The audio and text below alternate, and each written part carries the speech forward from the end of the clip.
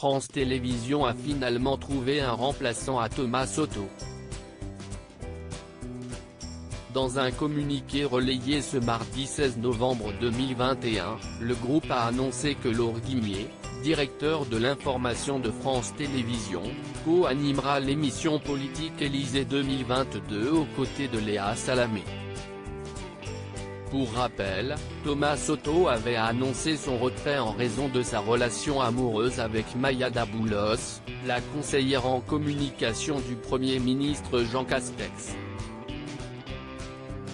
Comme le rappelle l'AFP, la prochaine émission aura lieu le 30 novembre, où le nouveau duo animera le débat décisif des candidats LR à la veille du Congrès, a précisé France Télévisions.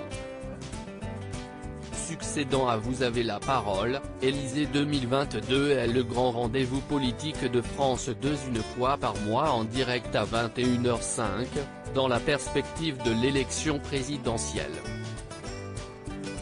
Ces audiences sont pour l'instant à la peine.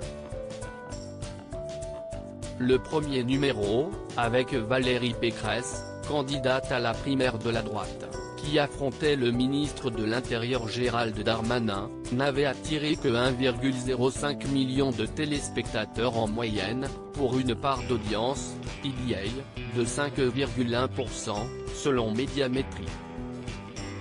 Le 7 novembre dernier auprès du Parisien, Thomas Soto avait commenté cette décision difficile et assez injuste. « Je me dois de tenir compte de notre époque, devenue très violente et qui a tendance à tout hystériser. La suspicion est généralisée. Beaucoup de gens s'érigent en procureur.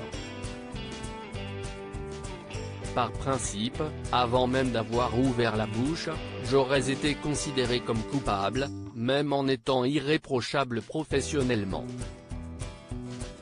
Je ne veux pas prêter le flanc à la moindre ambiguïté et prendre le risque de fragiliser le travail et la perception de la rédaction de France 2 à laquelle je suis viscéralement attaché, avait déclaré celui qui peut compter sur le soutien de sa collègue et amie Léa Salamé. Ma seule consolation, si est d'être le premier homme à s'effacer pour une femme, alors que jusqu'à présent c'était toujours elle qui était priée de rester à la maison. » Privé d'émissions politiques, Thomas Soto conserve tout de même son poste aux commandes de Télématin avec Julia Vignali et continuera d'assurer les remplacements de Laurent Delahousse aux 20h de France 2.